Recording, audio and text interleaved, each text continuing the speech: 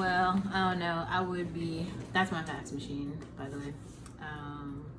Now I would join the what is it? The conference on robot learning is happening right now, and I was gonna join, but the fucking internet cut out. I don't know what it is. Like the internet in my place right now just will not fucking stay. But I kind of wanted to talk about what do we want to call these, the bougie black people, for a second, because I'm like, I've worked extremely hard my whole life to be like anti-black and bougie, but some people still call me black and bougie. I mean, I do have a Naked Wine subscription. Like, a bitch loves her Malbec, I'll give you that. Like, I gotta have like some nice wine, but besides that, I'm pretty like, I don't know, I'm pretty like anti all that, like the Jack and Jill and the, like, you know, what is it, those cotillion for black people, all that shit. Like, I don't do that. I don't participate in that. Those are not my people at all. But there are those people, and so I do feel like hopefully I could be like a translator. If you don't know what I'm talking about, Jack and Jill is a community of upwardly mobile black people.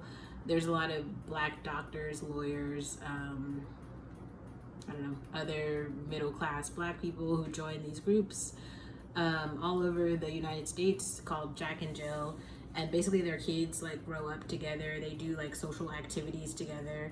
And sometimes it's cool because you're looking for other, you know, smart black people. But the only thing that I've noticed, like, I grew up around some black people who were in Jack and Jill, and they're not really inclusive, as in like if they see a poor black person who's smart, they won't include them in things because they're like, they're not a part of our creed, sort of thing. It's kind of like if you're into black fraternities or sororities and things like that, how it's almost like trying to segregate people and be like, these are our people, those are not our people, that sort of shit. Like, I honestly am not into that. Like, I am way more into who's actually boots on the ground, working really hard, and who's really smart, and who's hustling, and who's grinding.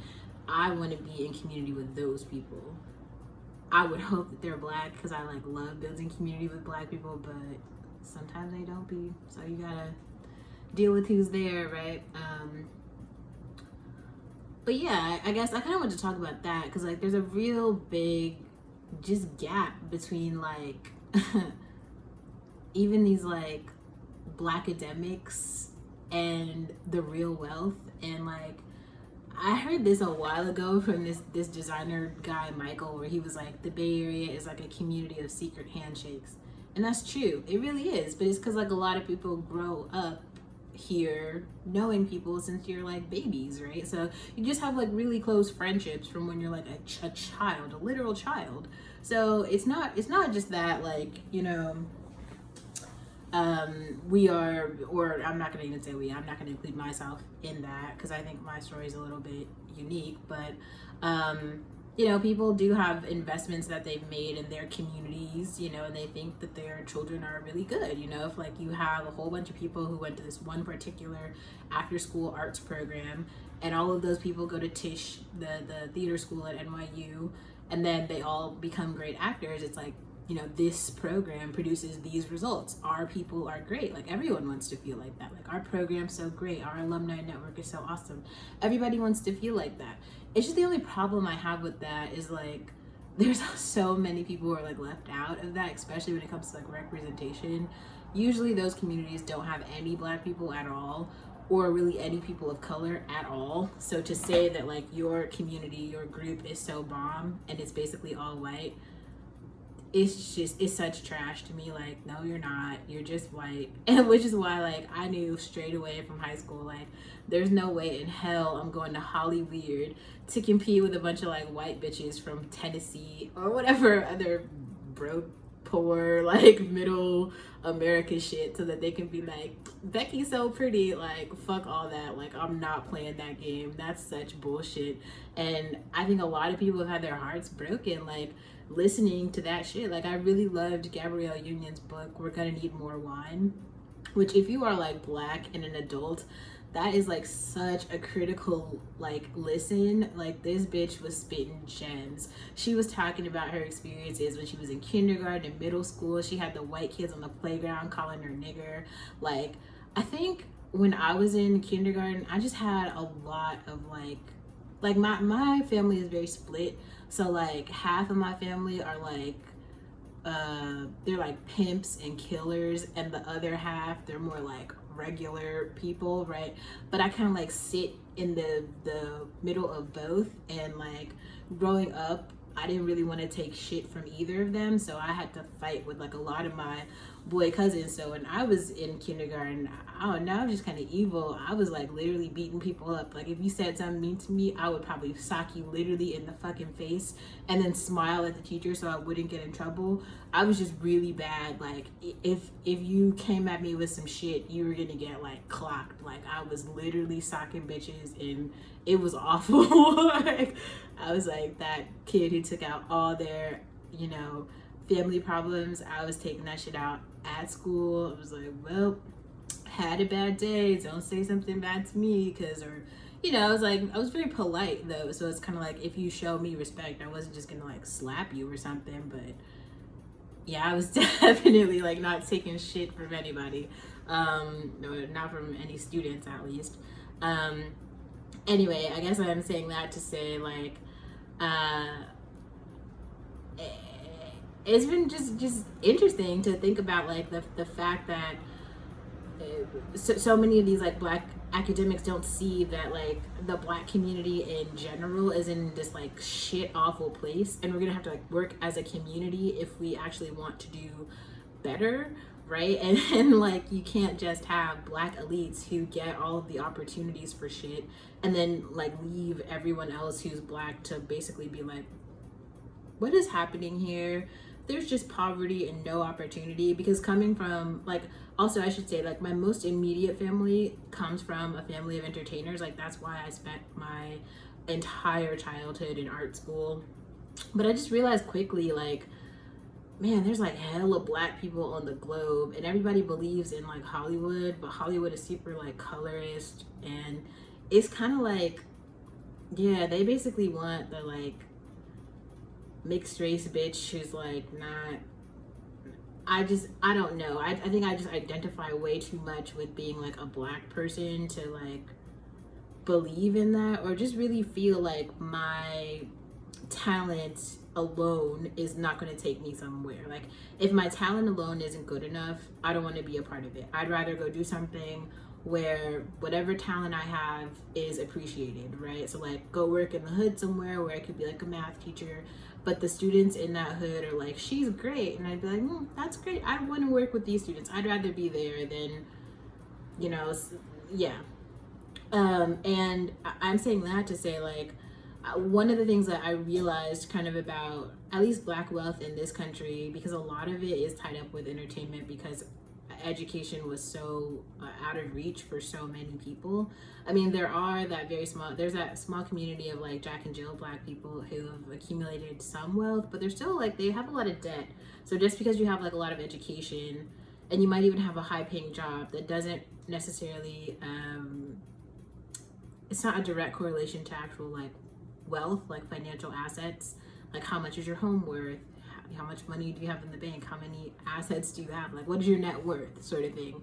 Just because black people are getting more education in this country, it just doesn't equate to raw wealth in numbers. But in entertainment it's a little bit different, because like you could, if you are an entertainer who goes like pretty far, your family can live off that money for quite a while, and like a part of that is like my story, but most of it is not, right? Like so my family members are entertainers, so I've seen this story play out. None of that wealth has directly impacted me. Like I said, things that have to do with like my mother and her inheritance and shit is not mine. Like I have no inheritance. Things that like when I grew up in like kindergarten, like my mom would show up at my school every day in like a different car, and I think people thought I was like rich. And she just worked at like a rental car company, and I guess no one ever just asked her like how she got the cars and stuff. And then I had really nice clothes, but that was only because like my godfather and my grandma she's like really bad at wealth management, but she was like living off of royalties from my uncle, who was like a harmonica player. Like if you saw the movie Cadillac Records, there's a guy in there called Little Walter. Like that's my uncle. And so my grandma was like living off his royalties. Like she lived her whole adult life, which was like, I want to say like 35 years, just like literally living off of checks that he would send her every month.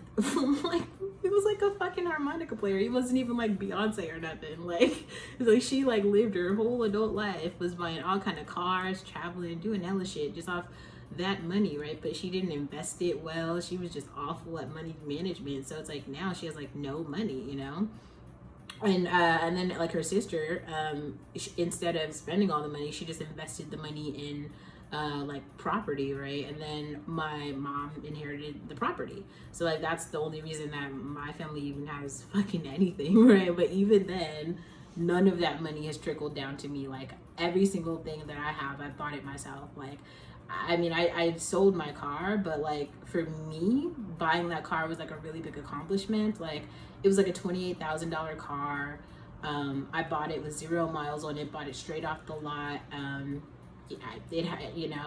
paid for it with starting with my AmeriCorps money. It was like every single dollar, you know, I put my heart and soul into paying for that car. Like no one helped me. I went to work every day and worked for that car. My mom didn't give me like any money. It was like really like that. Or even now, like my apartment, you know, this is my first apartment, but like I pay for it on my own. I don't get any money. My parents don't help me at all.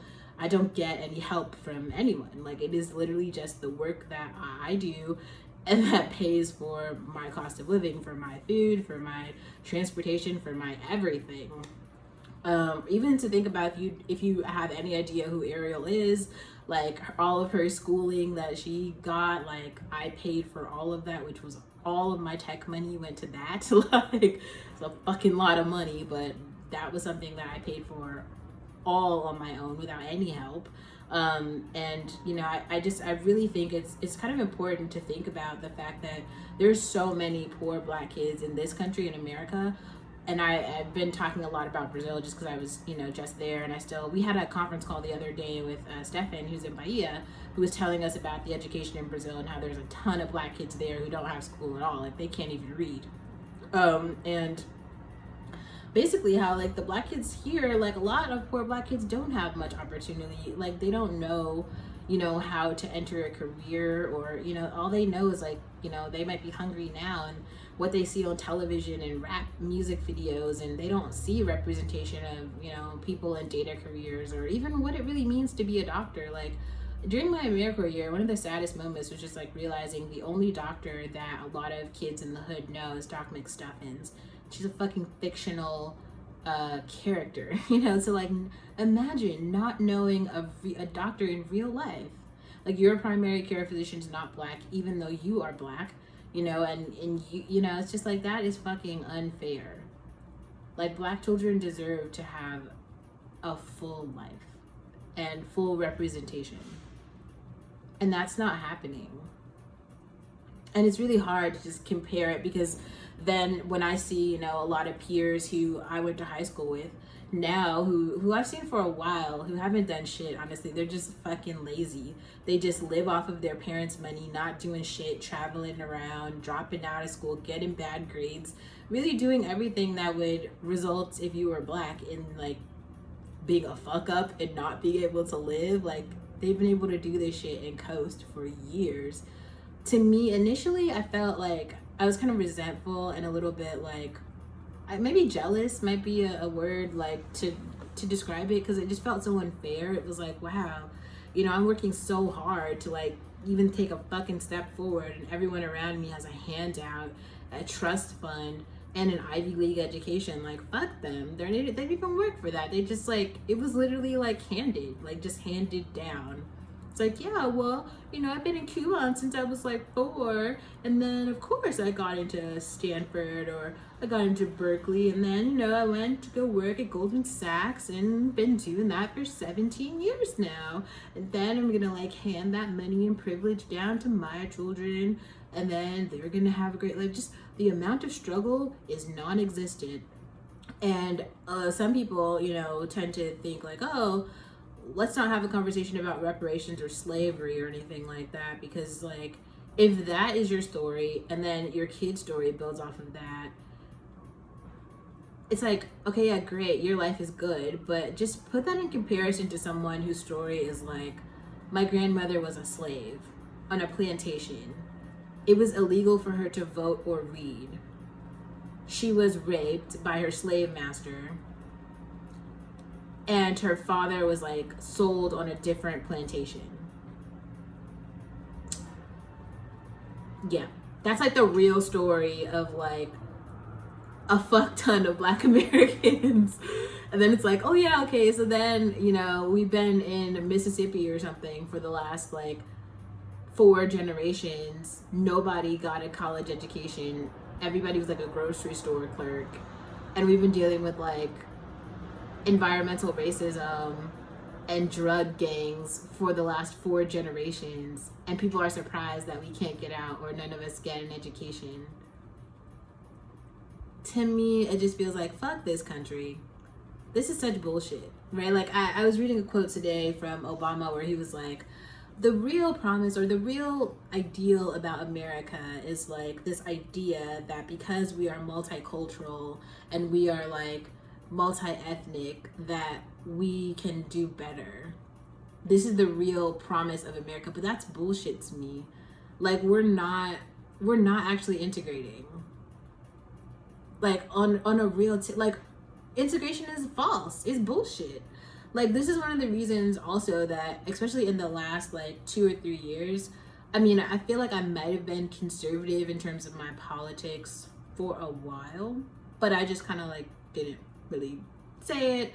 I mean, for a while, I think on one of my old Twitter accounts, like I was posting so much conservative shit, and Coulter started following me. That's when I was like, all right, I need to dial it back. Like, I've gone all the way to the deep end, right? But like, no, like I think like, I think we need to be really honest, right, about like the real disparities in quite a lot. Like, just watching my neighborhood be my mom's neighborhood, I should say, be gentrified so quickly, and realizing none of my neighbors are sending their kids to the neighborhood school, which is all Black. It's like an all Black school, and all the black children live in these like a few apartment complexes, and all the white families like own all of the properties on the block. So my mom's house, it's like we have 2 homes on one lot, and it is kind of like half the block, but I think we might be the only Black owners on the block. There's like another family like Jason, but I don't really consider him Black because his father's like white, and maybe he identifies as Black, I don't know. I would just call him mixed race. So even then, I don't think he has like an actual Black experience. So I think it's like my mom and me.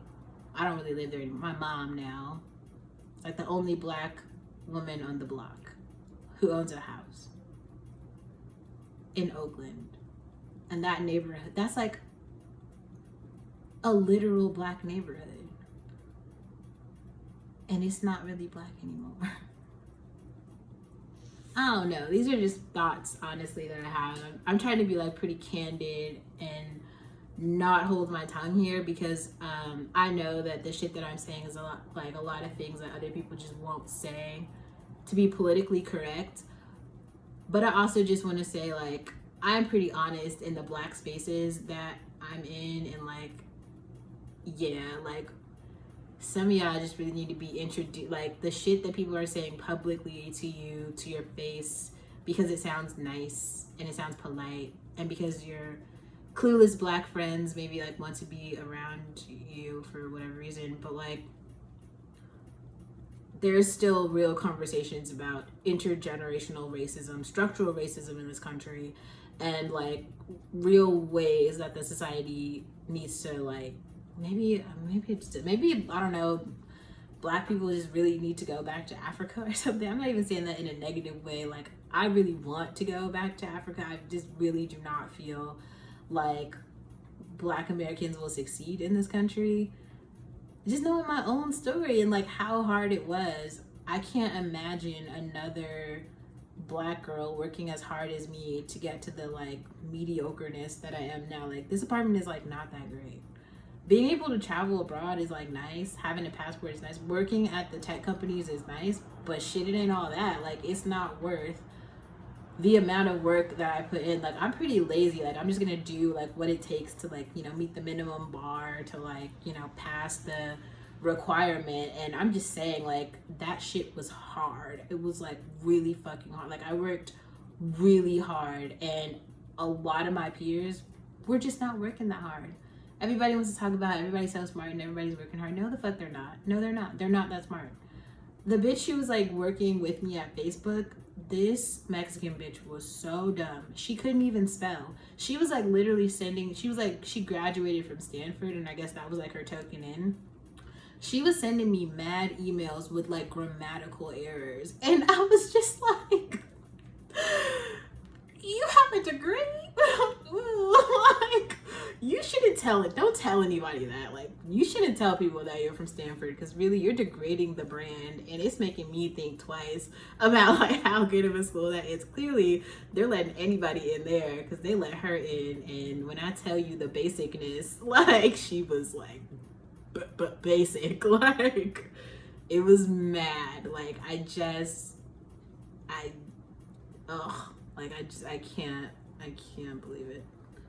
Anyway, maybe I'll try to fix my internet and not rant on the internet anymore, but that's today's roast. Until tomorrow.